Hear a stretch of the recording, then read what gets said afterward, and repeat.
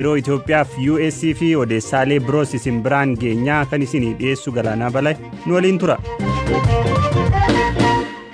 Naannoo Oromiyaa fi Affaar keessatti balaa lolaa lagdi Awaash guutee dambali'uun mudateen namootni kumoota hedduun lakkaa'aman qe'ee isaaniirraa buqqa'uu waajjirri misooma yaa'aa Awaash himuu FBC'n gabaaseera. Naannoo Affaaritti namootni 72,000 ol ta'an qe'ee isaaniirraa yoo buqqa'an magaalaa Mataaraatti kaleessa galgalarraa eegaluun lolaan gara magaalittii seenuu jalqabee ganda magaalittiin qabdu lama keessaa gandi tokko lolaadhaan uwwifamuu kantiibaan magaalittii obbo Taaddalaa Diriirsaa BBC'tti himaniiru. Lagdi Awaash guutee dhangala'ee jira. Dhangalaasuun isaa sun immoo haala seenaa magaalaa kanaa keessatti haa ta'u seenaa laga Awaashii kana keessatti waan ta'e hin beekamne facaatii guddaadhaan kan ture.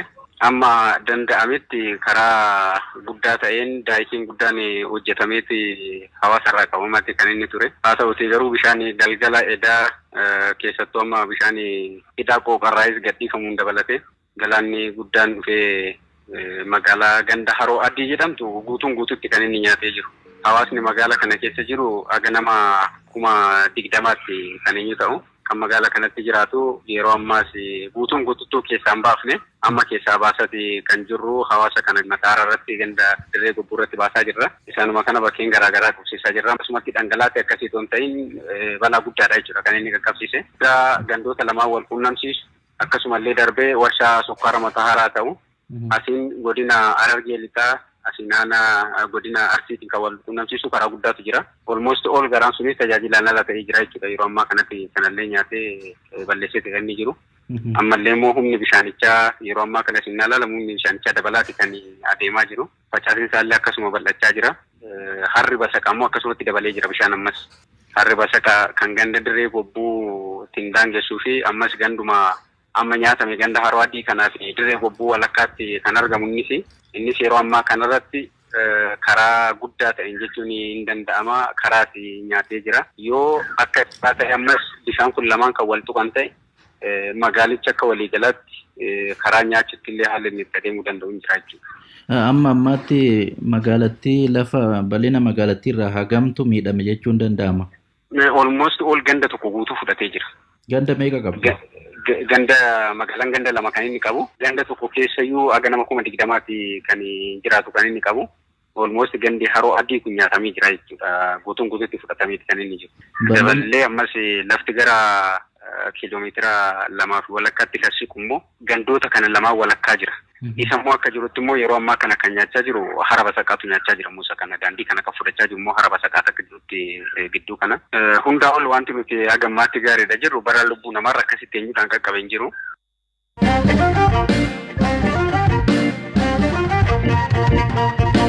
Torbee darbe keessa odeessa dhaga'ameen mootummaan Ameerikaa deeggarsa maallaqaa doolaara Ameerikaa miiliyoona 130 Itoophiyaaf kennuuf turte dhorkiteetti. Ameerikaatti ambaasaadarri Itoophiyaa dhimma kana ilaalchise mootummaa Ameerikaa irraa deebii argateen deeggarsi kun yeroof akka turu kan murtaa'e ta'uu hubachuu ibsee jira. Baankiin addunyaas deeggarsa maallaqaa biiliyoona 2 Itoophiyaaf kennuuf ture dhorkeeraa oduun jedhu dhaga'amaa jira.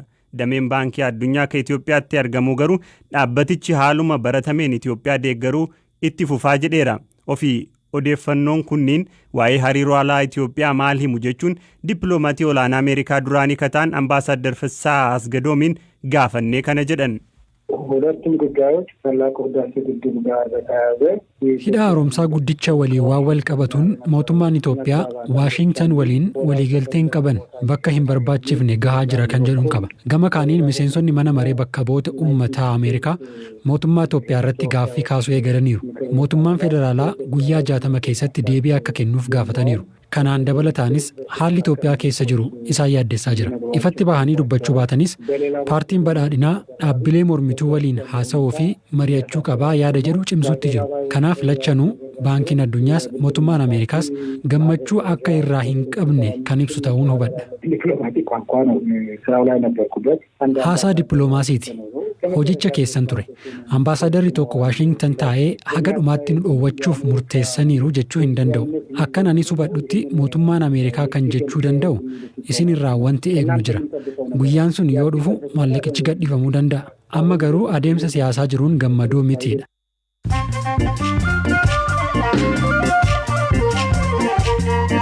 Dhaggeeffattoota gidduutti immoo odeessaalee gaggabaaboo muraasa Ameerikaan tumsa barbaacha talaallii COVID-19 dhaabbatni fayyaa addunyaa dursu keessaa of baafte.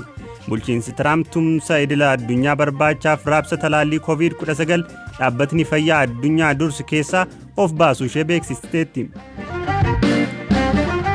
Finfinnee naannoo CMC'tti balaan ibiddaa qaqqabeen namoota qabeenyi isaanii jalaa manca'eef bulchiinsi magaalichaa hawaasa waliin ta'uun deeggarsa akka kennu kantiibaa itti aantuu magaalichaa Aadde Adaanech Abeebee ibsan. Balaa kanaan qabeenyi miiliyoona 12tti tilmaamamu gubachuu FBC'n gabaaseera. Mootummaan Taanzaaniyaa filannoo ji'a dhuftu dursee mormitoota ukkaamsuutti ciichee jedhe Human Rights Watch. Jaarmiyaan mirga namoomaaf falmu Human Rights Watch mootummaan Taanzaaniyaa filannoo ji'a dhufu filatamu durseetu mormitootaa fi dhaabbilee miti mootummaa humnaan ukkaamsuutti ciichaa jira jedhee qeeqe. Baqattuun COVID-19 qabamte helikooптara keessatti deesse. Dubartiin baqattuun koronaa vaayirasiin qabamte Itaalii odola Laampeduusaatti deesse.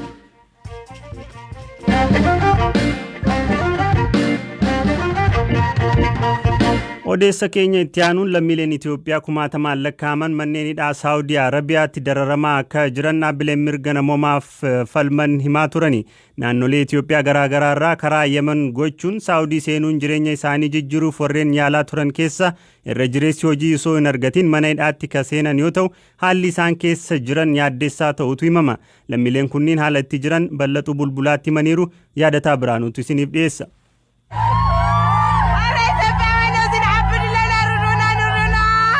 Saawudii Arabiyaa keessa lammiileen biyya ormaatii hojii garaagaraa hojjechuuf garas dhaqan bara 2019tti miiliyoona 6.6 ta'u. Namoota kana keessaa harki caalaan biyyoota kibba Eeshiyaa irraa kan dhufan yoo ta'u, biyyoota gaanfa Afrikaa keessumaa Itoophiyaa irraas hedduun isaanii jiraachuutu ibsama. Mootummaan Saawudii namoota seeraan ala biyya ishee galan bara 2013 adamsuu eegaltus erga weerara COVID-19 booda ammoo hojjettoota Itoophiyaa kumaan lakkaawwaman biyyatti deebisuu eegaltee jirti. Itoophiyaan namoota kumaatamaan deebi'aa jiran kana simachuutti rakkattee turte. Dhiibbaa dhaabbileen idil addunyaa mootummaa Saawudii irraan gahaniin lammiileen Itoophiyaa kun yeroodhaaf achuma buufataalee garaagaraa keessatti akka tursiifaman godhameeraa jedha dhaabbatni sabaa himaa The Telegraph. Namoota dhaabbatichi dubbise keessaa tokko badiin koo biyyaa ba'uu qofaa akka bineensaattan ilaalamaa guyyuudhaan na reebuu karaa nasii ba'aniin jiru taanaan of ajjeesuun yaadaa namootni tokko tokkos kana godhaniiru jechuudhaan natti dubbatee jedha qorataan dhaabbatichaa Will Brown BBC'tti yoo dubbatu. Lammiileen manneen hidhaa jiizaan jiran haala keessa jiran akkas jechuudhaan BBC'tti himanii jiru. Maqaan kiyya Ashrafaa Saanii bakka jiru kana jiizaan. Baatii meeqa turtee jirta? Baatii 5. Maal fakkaatamee jiruun bakka amma jirtu kana? Wallaahi waan mudatu jiru rakkoo addaan numaratutu jira jee. Asitti bishaan hin argannu zubaalaa nu jalaan fuudhanii uffata hin qabnu saabuna hin qabnu bakka waan jedhee siifamuu hin qaban yoon siimee bakka mataa kiyya kana wallaahi tikkilli dalagee siimuu hin danda'u. Hussein Muhammad. Hussein amma eessatti argamta maal keessa jirta mee naa ibsita haala keessa jirtu gabaabumatti? Bakka namatti argamnu mana hidhaa jiizaan keessa jiru. Yoom achi galtan yoom si geessan achi? Warri luloo baatii jaas gahanni jiranii warri ji'a torbaas ni gahanni jiranii luloo baata dhufne baatii 4 keenya. Nama meeqa taatu isin achi keessa kan jirtan? Kan mana takka keessa jirru sanaani nama 300 fi 60 keenya jirra. Garuu nama hidhaa jiizaan kana keessa jiru walumaa galatti gara 5,000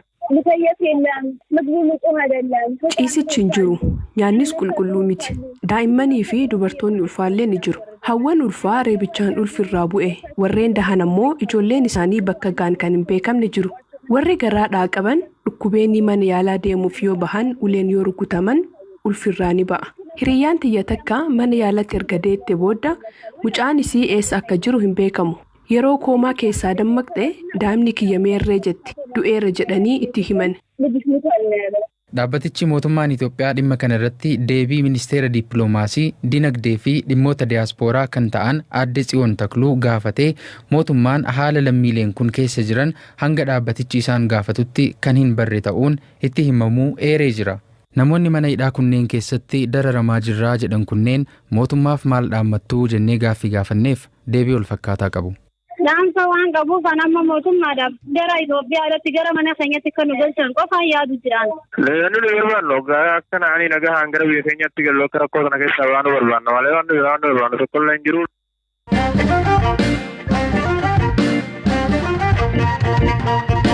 Galmee qorannoo duraa obbo Jawaar Mohaammed fa'aa irratti abbaan alangaa ragaalee namoota 15 dhaggeessifachuuf karoorfatee kan ture yommuu ta'u isaan keessaa 4 jecha isaanii akka hin kennine har'a beeksiseera. Obbo Baqqala Garbaa fi Hamzaa Booranaa iyyannoo isaanii mana murtiif dhiyeessaniiru.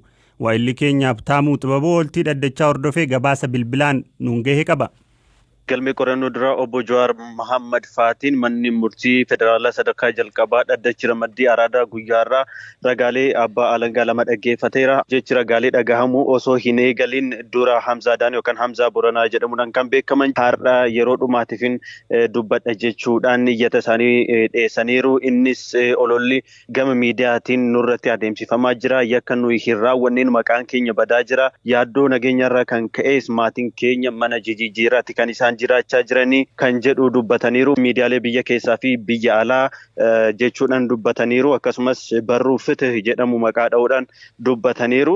Kana malees obbo Hamzaan nuyi hidhamtoota siyaasaati namoonni as jirru kun biyyattii keessatti nagaa fi tasgabbiin akka jiraatuuf iddoowwan garaagaraa deemuudhaan hojjannee jirra. Adeemsi kun sirrii miti. Mootummaan marii siyaasaa mijeessuu qaba jechuudhaan dubbataniiru.